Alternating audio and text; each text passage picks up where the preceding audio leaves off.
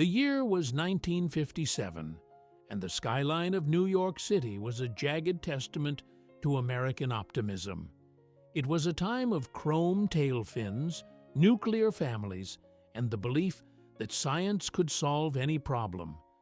But in a cramped, cluttered office on the West Side, a man named Harold von Braunhut was operating in the shadows of that optimism. The room was a museum of cheap illusions. The shelves were lined with cardboard boxes of X-ray specs that promised to see through clothing, but only showed a feather glued between two lenses.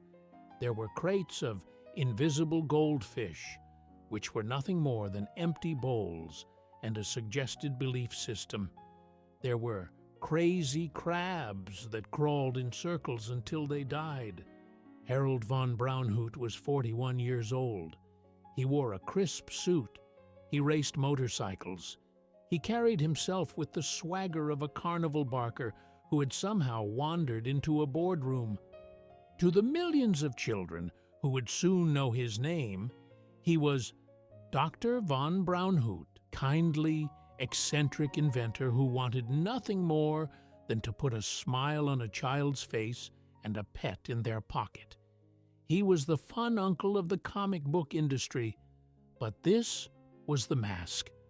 Beneath the veneer of the whimsical toy maker lay a secret that would remain buried for decades, a truth so dark it defies the logic of the toy aisle. Harold von Braunhut was a man of deep, terrifying contradictions. Born into a Jewish family in New York, he had violently rejected his own heritage. He had rebranded himself not just as a businessman, but as a hardline white supremacist. While he was designing toys for 6-year-olds, he was secretly attending congresses of the Aryan nations. He was a close associate of Richard Butler. He was a man who believed in a master race, and he was looking for a way to fund the machinery of hate. This is the dark heart of the story. The empire he was about to build, an empire of smiling aquatic creatures and innocent childhood wonder, was not constructed to spread joy. It was a cash machine designed to buy firearms for the Ku Klux Klan. Every time a child in Iowa or Nebraska taped a quarter to an order form, they were unwittingly fueling a domestic terror agenda. The sea monkey was the ultimate Trojan horse, a harmless, swimming pet that carried the weight of a hateful ideology on its microscopic back. But in 1957, the money hadn't started flowing yet. Harold was still looking for the perfect hustle. He needed a product that was cheap, shippable, and infinitely renewable. He needed a miracle that he could put in an envelope. He found it in the back of a dusty pet store on the Lower East Side. In a murky tank in the corner, a bucket of brown sludge was bubbling away. Harold peered into the water. It was teeming with life, but it was not beautiful life. They were Artemia nyos, a hybrid species of brine shrimp. They were ugly, multi-legged crustaceans that looked like aquatic insects. They had no brains to speak of. They had no faces. They lived in the hypersaline salt lakes of the American West, places where no other life could survive. They were bottom feeders, destined to be eaten by tropical fish. They were biological popcorn. Most people looked at brine shrimp and saw fish food. Harold von Braunhut looked at them and saw a resurrection. He knew a scientific secret about these creatures. The brine shrimp possesses a survival mechanism called cryptobiosis. When the salt lake dries up in the scorching heat of the desert, the shrimp don't simply die. They encase themselves in a hard, cyst-like shell. They dry out completely. They shut down their metabolic processes until they are effectively a lifeless powder. They can remain in this state of suspended animation for years, perhaps decades. They are dust. They are dead to the world. But the moment you add salt water, The biological clock restarts. The cyst breaks. The heart begins to beat. The shrimp hatches. Harold realized he was staring at the holy grail of mail-order commerce. This wasn't an animal, it was inventory. A dog needs to be walked. A hamster needs to be fed. A goldfish needs oxygen. Those are liabilities. A brine shrimp egg is a product. It can be stored in a warehouse in Maryland for 10 years. It can be frozen. It can be shipped in a standard paper envelope without air holes. It doesn't eat, it doesn't breathe, and it doesn't complain. It waits. He took the bucket back to his apartment and began to experiment. He wasn't a biologist, but he was a master of kitchen chemistry. He stood over his sink, mixing various salts, water conditioners, and nutrients, trying to create a formula that would turn tap water into a salt lake instantly. He needed a powder that would trigger the hatching process the moment it hit the glass. He knew that he couldn't sell dried shrimp eggs. The words were unappealing. Shrimp sounded like dinner. Bugs sounded like a pest. He needed a name that sounded exotic, something that implied intelligence and warmth. He looked at the jerking, twitching tails of the creatures as they swam. They looked vaguely like the tails of monkeys, and they lived in the water. Sea monkeys. It was a lie, of course. They weren't monkeys. They didn't live in the sea. The ocean isn't salty enough for them. They require brine. They didn't have fur. They didn't have families. But accuracy was not Harold's business. His business was the wow factor. He was selling a feeling. He began to construct the architecture of the scam. He knew that the product itself, the gray dust in the packet, was utterly unimpressive. If a kid opened the box and saw a pinch of dirt, the illusion would break before the water even touched the bowl. He needed to delay the gratification. He needed to build a ritual that felt like magic. He invented the 3-packet system. This was his stroke of genius in consumer psychology. Packet 1 would be labeled water purifier. The instructions would tell the child to pour it into the water and wait 24 hours. This was crucial. The child had to invest time. They had to wait. They had to believe that they were preparing the environment for a delicate life form. Packet 2 would be labeled instant life. This was the payoff. The instructions would promise that the moment this powder hit the water, life would begin. Packet 3 would be growth food. The brilliance of the scheme was in the chemistry of the deception. Packet 1 didn't just purify the water, it secretly contained the eggs. The purifier was actually the birth. By telling the child to wait 24 hours, Harold was giving the eggs time to hatch in secret. The shrimp were microscopic at birth, invisible to the naked eye. They would hatch in the silence of the night, swimming unseen in the clear water. So when the child returned the next day, trembling with anticipation, and poured in Packet 2, the instant life powder, the shrimp were already there. Packet 2 contained a dye that darkened the water or added a contrast agent, making the tiny translucent bodies suddenly visible against the background.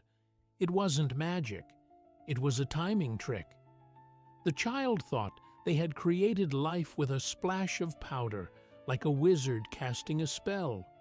In reality, they had just revealed what was already swimming in the dark. Harold von Braunhut had successfully gamified the biological process. He had turned nature into a parlor trick, but he still had one massive problem. He was selling a bug that looked like a mosquito larva. If he showed a photograph of the actual creature on the box, the company would go bankrupt in a week. No child wants to raise a parasite. No parent wants a tank of insects on the kitchen counter. He needed a face.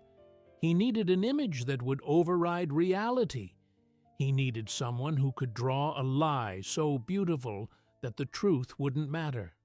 He needed an artist who understood that in the world of the back page, advertisement, the drawing is the product and the object just the souvenir.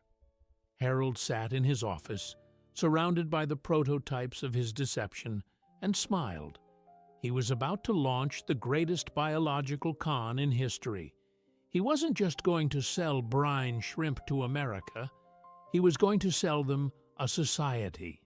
He was going to sell them a kingdom in a jar.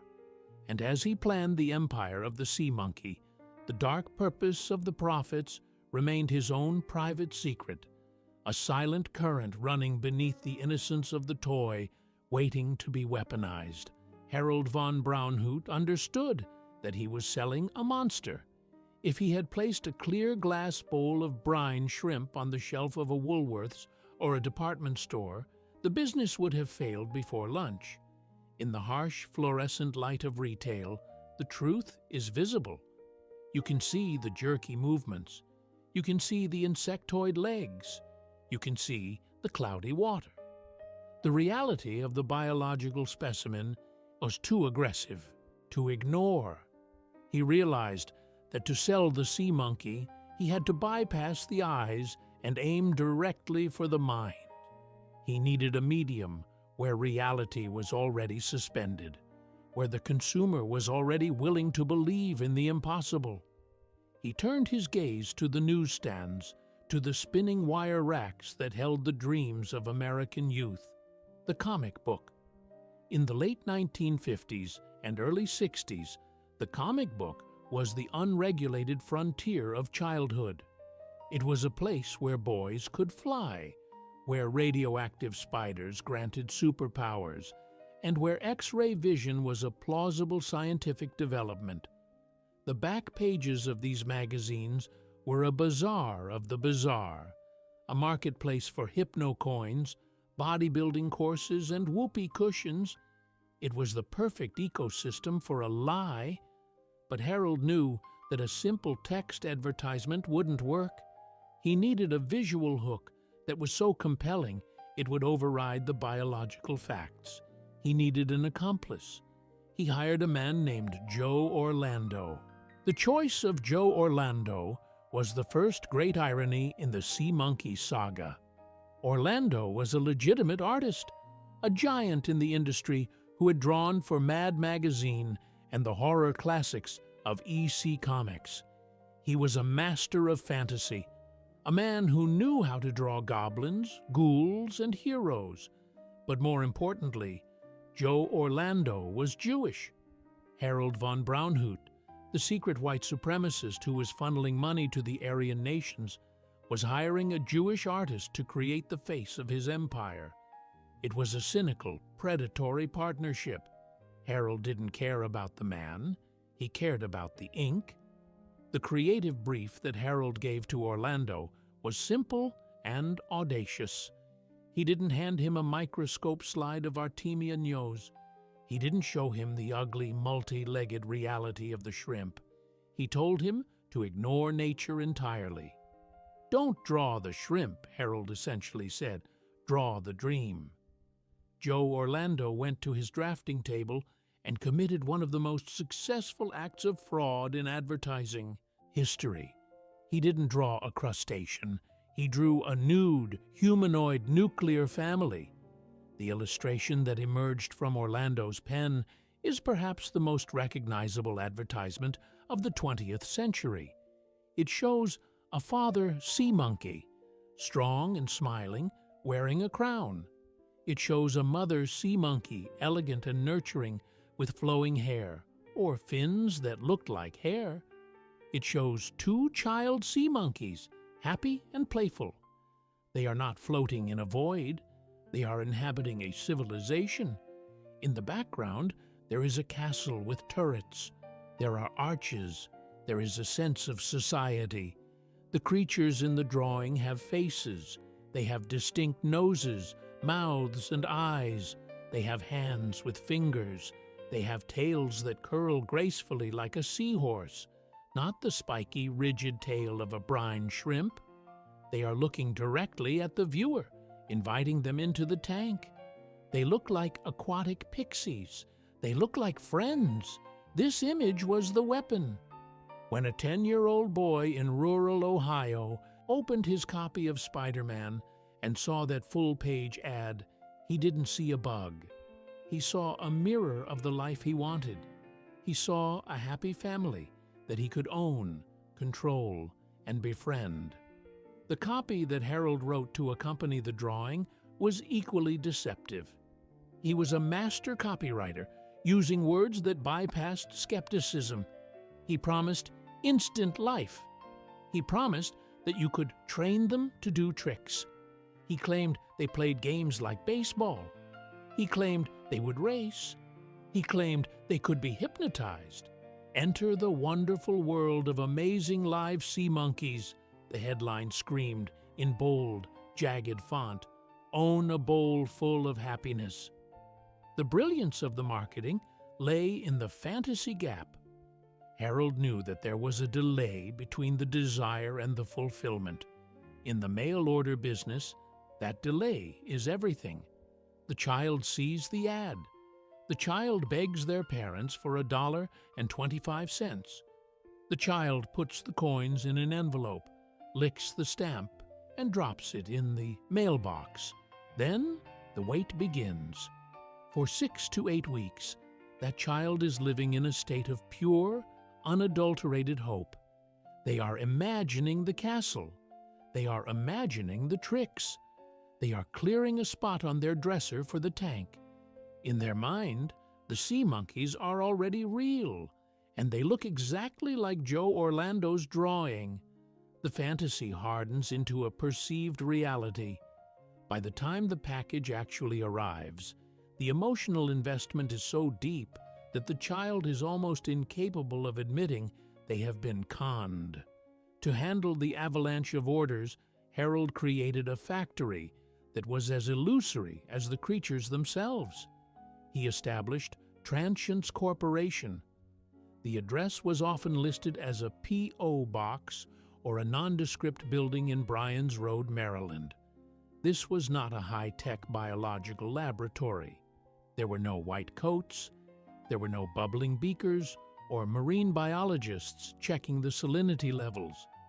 The Sea Monkey Factory was essentially a fulfillment center for disappointment. It was a room filled with sacks of mail. Inside this fortress of paper, low-wage workers were overwhelmed by the response. The volume was staggering. Millions of envelopes poured in from every corner of the United States. Each one contained a handwritten letter from a child and a collection of sticky quarters or a crumpled dollar bill. The operation was mechanical and cold. The workers weren't checking the health of the pets. They were simply grabbing the pre-packaged envelopes of dust. They didn't need to be gentle. You can't hurt a cryptobiotic cyst. You can crush it, freeze it, or drop it, and it will still hatch. The instant life packets were tossed into manila envelopes along with a cheap plastic spoon and a flimsy instruction manual. Harold von Braunhut had successfully industrialized the anticipation of a child. He wasn't manufacturing a product, he was harvesting belief. The cost of the goods was negligible. A scoop of salt, a pinch of borax, a dash of blue dye, and a few thousand shrimp eggs cost fractions of a penny. The packaging cost more than the life inside it. The profit margins were astronomical. This was the kingdom of ink. It was an empire built entirely on the surface of paper. The shrimp were irrelevant. If Harold could have sold empty bags of air with the same drawing, he probably would have tried. The genius was not in the biology. It was in the realization that American children were lonely and that they would pay anything for the promise of a friend who lived in a castle and always smiled back. As the 1960s roared on, the sea monkey became a cultural staple. It was the ultimate low-risk gamble for a kid. It was cheaper than a toy car, It was more exciting than a book. It was a rite of passage. Every kid knew the ad. Every kid wanted the tank. And Harold von Braunhut, the invisible architect, sat in the center of the web, watching the money pile up. Money that was quietly moving from the pockets of innocent children into the coffers of a movement that hated the very diversity the comic book celebrated. The ink was black, the dye was blue, but the money was green, and it was being laundered through a lie to fund a war that the children didn't even know existed. The moment of truth usually arrived on a Tuesday or a Wednesday, weeks after the initial obsession had begun to fade. The envelope would appear in the mailbox, stamped with the mysterious return address of Transience Corporation. It didn't look like a box containing a kingdom. It looked like a bill. It was flat. It was light. It felt disturbingly empty. For the American child, this was the first crack in the facade. The imagination had built a castle. Reality had delivered a paper sack. But the hope of a child is a durable thing. The ritual of the setup was designed to repair the doubt. The instruction manual was written with the gravity of a scientific experiment. It commanded the child to find a clean glass, jar, a mayonnaise jar, a goldfish bowl, anything clear. It demanded purified water. It demanded patience. The three-packet system was the engine of the experience, and it was here that the scam truly took hold. The child would tear open packet 1, labeled water purifier. They were told that this powder would condition the water, stripping it of harmful chemicals to prepare it for the delicate life forms. The child would dump the white powder into the jar. It would fizz slightly. The instructions were strict. Wait 24 hours. Do not add packet 2 until the water is ready. This waiting period was the masterstroke. It forced the child to invest a day of their life into the empty jar. They would stare at the clear water, wondering what kind of alchemy was taking place. They didn't know that the purifier was a lie. Packet 1 was salt. It was water conditioner, but crucially, it was also the eggs. Harold von Braunhut knew that if he put the eggs in the instant life packet, the child would see them. They would see the tiny grain-like cysts floating in the water before they hatched. The magic would be ruined. So he hid the eggs in the boredom of the purification step. During those 24 hours of waiting, the cryptobiotic cysts were quietly waking up. In the silence of the bedroom, under the cover of night, the microscopic shrimp were hatching. They were born invisible, translucent specks swimming in a clear void. When the child returned the next day, trembling with the anticipation of the Creator, they were holding packet 2, instant life. This was the moment the advertisement had promised. This was the moment of ignition. The child would pour the second packet into the water. Poof! A cloud of blue dye exploded in the jar. The water swirled, and suddenly, as the blue tint settled, the sea monkeys appeared. The dye acted as a contrast agent, catching the light and outlining the tiny bodies of the shrimp that had already hatched hours ago. To the child, it looked like a miracle. 1 second, empty water. The next second, life. But then the blue cloud cleared. The child leaned in, nose pressed against the cold glass, expecting to see the smiling faces of Joe Orlando's drawing. They expected crowns. They expected hands. They expected a family. What they saw was a horror show. The creatures were not humanoids. They were not cute. They were frantic, jerking specks of biological dust. They looked like mosquitoes that had drowned. They thrashed around the tank with a mindless, spasmodic rhythm. They didn't swim with grace. They twitched. They had too many legs. They had bulbous, alien eyes on stalks. There were no castles. There was no society. The sea monkeys didn't play baseball. They didn't hold hands. They did only two things. They ate the green sludge that grew on the glass, and they engaged in a brutal, cannibalistic mating ritual that looked more like a wrestling match than a hug. The disappointment was physical. It was a hollow ache in the stomach. The child would look at the comic book ad with its beautiful, smiling father and its happy mother, and then look at the jar of twitching bugs. The gap between the promise and the product was absolute. It was the first time an entire generation learned the hard, cold lesson of capitalism. The box is not the toy. The picture is not the reality. Most children assumed they had done something wrong.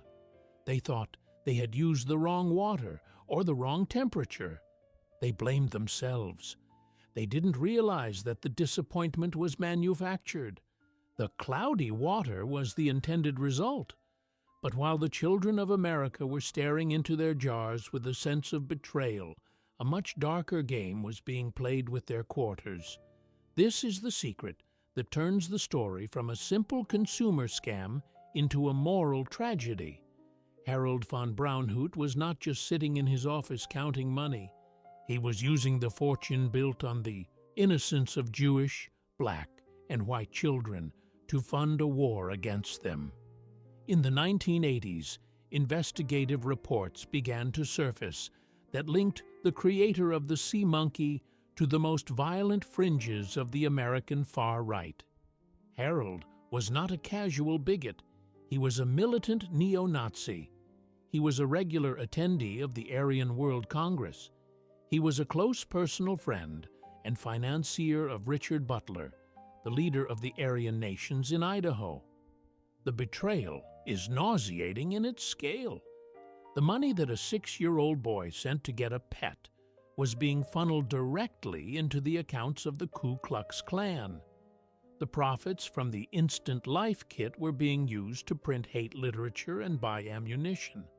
Harold didn't just fund the movement, he armed it. Using the same mail-order infrastructure he built for the shrimp, he began to market a weapon. He invented a spring-loaded, telescoping steel baton called the Kyoga Agent. He advertised it in survivalist magazines and newsletters distributed by hate groups. It was a weapon designed for street violence, a tool for breaking bones. The contrast is dizzying. On one side of his operation, he was selling delicate, fragile life to children, promising them a world of love and happiness. On the other side, he was selling steel weapons to skinheads, promising them a world of violence and purity. The sea monkey tank was the battery that powered the hate machine. The insult of the sea monkey empire was total. The child was scammed twice. First, they were sold a lie about the nature of the animal. They were sold a bug and told it was a person. Second, they were made into unwitting accomplices in a political agenda that would have despised them. A Jewish child reading a comic book in Brooklyn, sending in his allowance for a sea monkey kit, was accidentally funding a man who believed that Jewish people should not exist. The tank on the dresser became a symbol of a double deception. The water inside was cloudy, not just because of the cheap nutrients, but because the entire enterprise was murky. The shrimp lived their short, meaningless lives in a soup of blue dye and deception, dying after a few weeks, leaving behind a layer of silt at the bottom of the jar. And when the child finally flushed the dead family down the toilet, they were flushing away the last vestiges of their trust in the adult world. They had paid for magic, they had received bugs, and their money had gone to a man who laughed at their innocence while sharpening his knives in the dark. The death of the sea monkey empire did not happen with a bang. It did not end with a federal raid on the Maryland compound or a massive class action lawsuit from the parents of America. It ended the way all secrets end in the modern age. it was killed by the search engine. For 40 years, the sea monkey scam relied on a monopoly of information. The only way to know what a sea monkey looked like was to buy one. The only image available was the one Harold von Braunhut provided. The comic book ad was the alpha and the omega of the visual data. But as the 1990s bled into the 2000s, the internet arrived. Suddenly, the fantasy gap closed. A child in 2001 didn't need to send $1 and wait 6 weeks. They could type, "What are sea monkeys?" into a browser. In milliseconds, the truth was revealed. High-resolution macro photography showed the Artemia nose in all its hideous glory. The alien eyes, the feathery legs, the utter lack of a crown or a smile.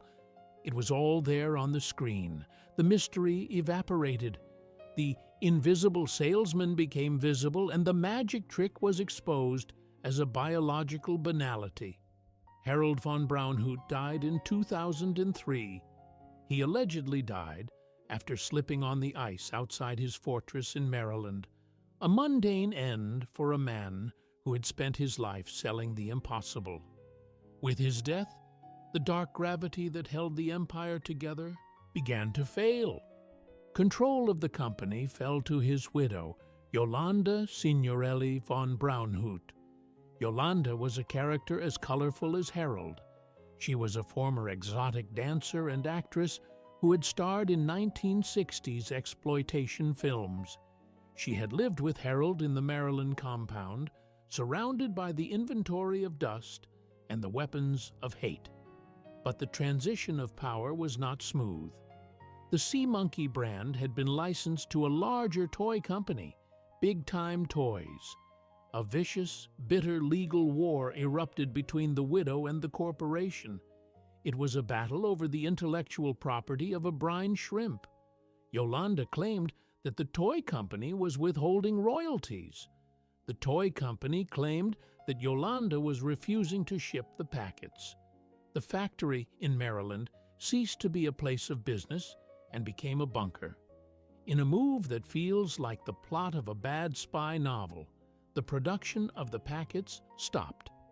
The specific formula that Harold had invented, the precise ratio of salt, borax, and dye, was a trade secret known only to the family. Yolanda held the supply chain hostage. For a brief period, you could buy the tanks in stores, but the packets inside were missing, or they were old stock that refused to hatch. The empire of instant life had run out of life. The legal battles dragged on for years, draining the accounts and tarnishing the brand. The sea monkey became a punchline. It appeared on South Park. It appeared on The Simpsons. It became a symbol of kitsch, a cultural shorthand for disappointing garbage. The reverence was gone. The innocence was gone. Today, you can still buy a sea monkey kit. You can find them in the novelty aisle of a bookstore or a science museum gift shop. But the experience is different. The comic book ads are gone.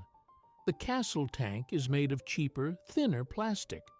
The packets are mass-produced in China. The modern child who buys a sea monkey kit is not buying a dream. They are buying a science experiment. They know it's a shrimp. The box often features a cartoon, but it also features a photograph of the actual creature. The lie has been sanitized. We have regulated the magic out of the experience.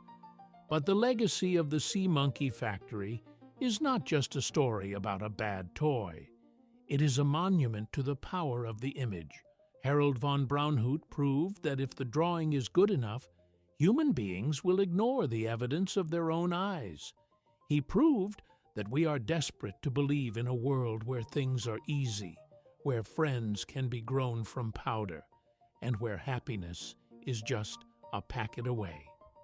The takeaway of the sea monkey story is a lesson in skepticism. We paid our $1.25 to learn that the world is not like the picture on the box. We learned that instant life is just a marketing term for just add water. We learned that the happy family was a hallucination of ink and paper. But the darkest lesson is the one that most people never learned. We learned that while we were staring into the murky water, trying to force ourselves to love a bug, our innocence was being harvested to feed a monster. The sea monkey was the ultimate distraction. It kept our eyes on the bowl, while the man behind the curtain used our quarters to sharpen his bayonets. The castle in the tank was built on a foundation of salt, lies, and hate, and when the water finally evaporated, all that was left was the dust of a dream that never really existed.